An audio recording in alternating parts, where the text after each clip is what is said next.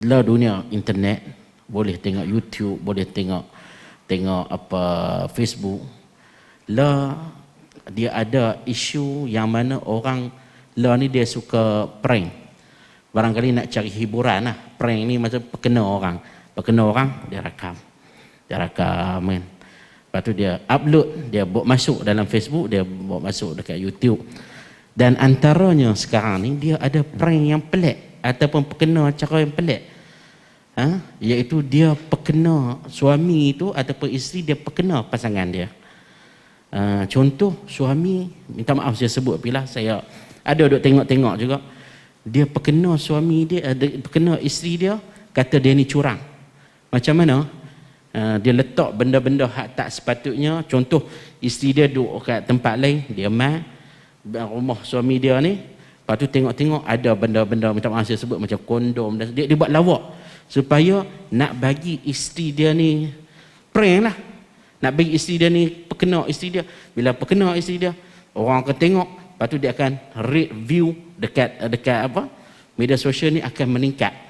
Jadi benda ni menjadi trend pada zaman sekarang ni lah. Jadi apa pandangan Sahibus Samahah tentang bentuk prank-prank yang macam ni lah, cara perkena orang macam ni?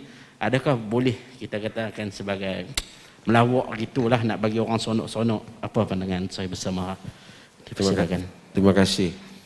Kita ni tuan-tuan zaman duk berubah, kita akan tengok benda pelik-pelik. Dulu tak ada. Dulu ada lah orang suka duk gempak-gempak orang bagi latah. Tuan-tuan pernah tengok? Boleh kata kawan tu latah, dia cucuk pinggang kawan tu, satgi kawan tu latah pula.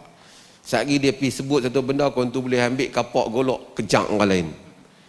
Semua hal-hal ini menimbulkan apa? Sebelum saya nak jawab hukum tu, kalau kita kena orang main rakam kita, orang buat benda, kita pergi buat satu benda lain, rupanya kita tertipu, kita rasa seronok ke kita rasa malu? Rasa seronok ke rasa malu? Nak tahu hukum tu, sebab tu kita kena tahu apa dia kesan kepada satu tindakan.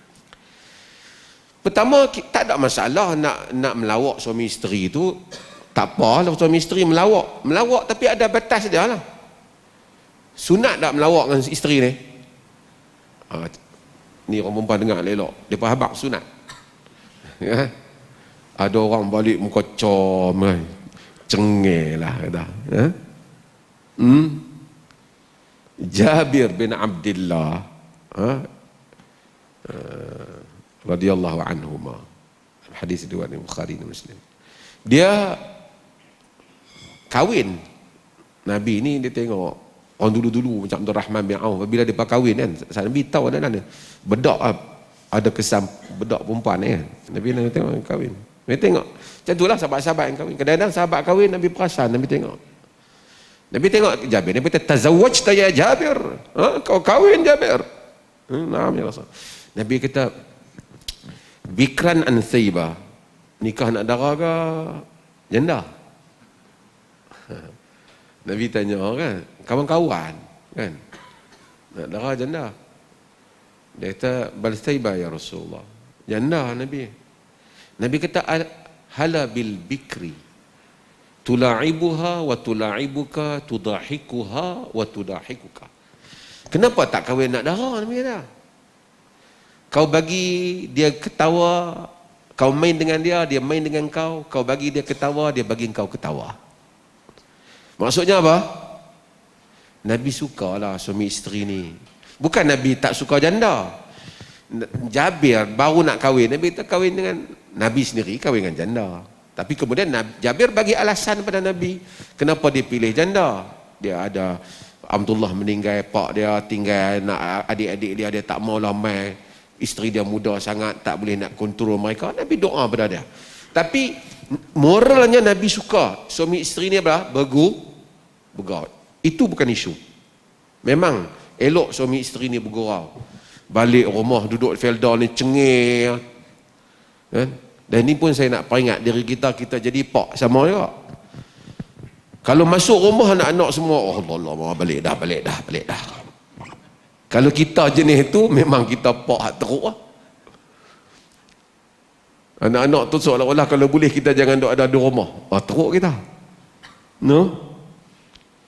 Kita kena isteri pun seronok kita balik. Ceria bila kita balik. Memanglah kita kadang-kadang letih dah kerja, tapi ceria. Tak ada masalah gurau. Cuma bergurau ni tak boleh sampai orang jadi bergurau yang menjatuhkan Al-Imam An-Nawawi rahimahullah. Dia sebut dalam kitab Al-Azkar. Dia sebut tentang benda-benda bergurau ni yang menyebabkan bergurau yang bukan-bukan ni. Bergurau yang sampai orang terkejut, sampai jatuhkan maruah. An-Nawawi sebut gurau yang melampau ni, muzah al-manhiyu anhu, yang dilarang tu, kata dia benda tu sampai peringkat yurisul ahqad, menyebabkan jadi meluat. Setengah orang dia main bergurau kita sampai kita meluat ke dah? Kan duk main lebih kurang. Yuhrisul ahqad. Wa yusqitu dia kata al-waqar. Al-haibah wal waqar, menggugurkan kewibawaan. Tu imam duk pergi bukan seminar lah, contohlah kan. Tu imam duk pergi melawak benda pelik-pelik macam tu. Saya ada satu orang tuan-tuan, saya pernah tengok. Ni cerita tadi, minta maaf ni, di masjid ni. Dia kalau melawak dengan orang, dia suka duk pegang orang punya. Ada.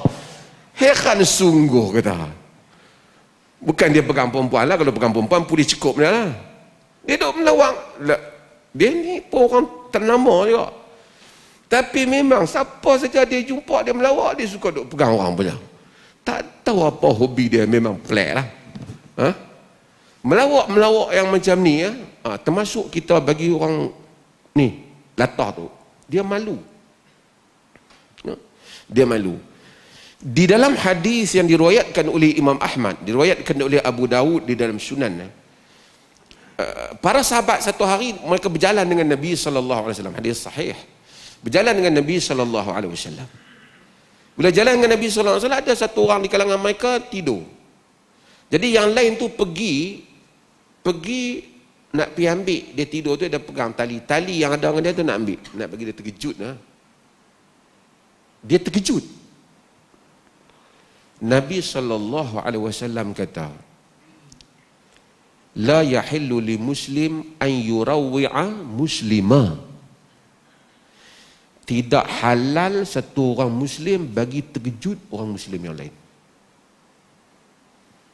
Ni termasuklah tengok orang duk main ambil mercun beling, melompat orang tua tu, haram. Pasal menakutkan dia jadi panik. Termasuklah, Assalamualaikum, saya nak bagi tahu ni, buat panggilan lah. Apa dia panggil? Radio ni. Panggilan hangit. Taji tahu tu kemas. Panggilan hangit kan? Tahulah panggilan hangit apa.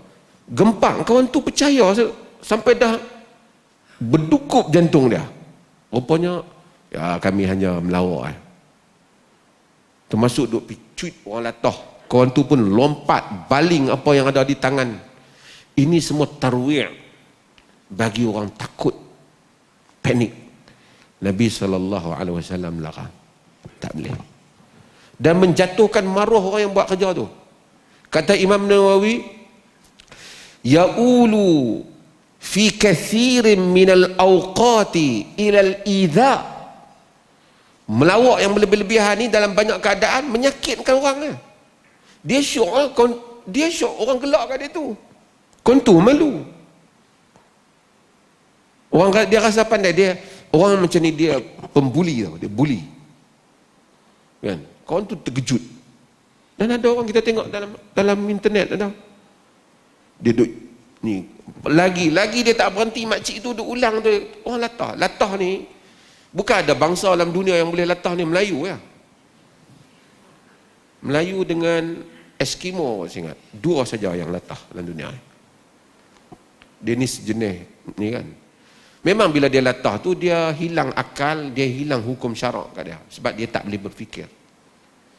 Tapi katakanlah kita tikam, tetak dia, contohnya. Dia ambil parang, dia tetak orang. mati, kita tanggung.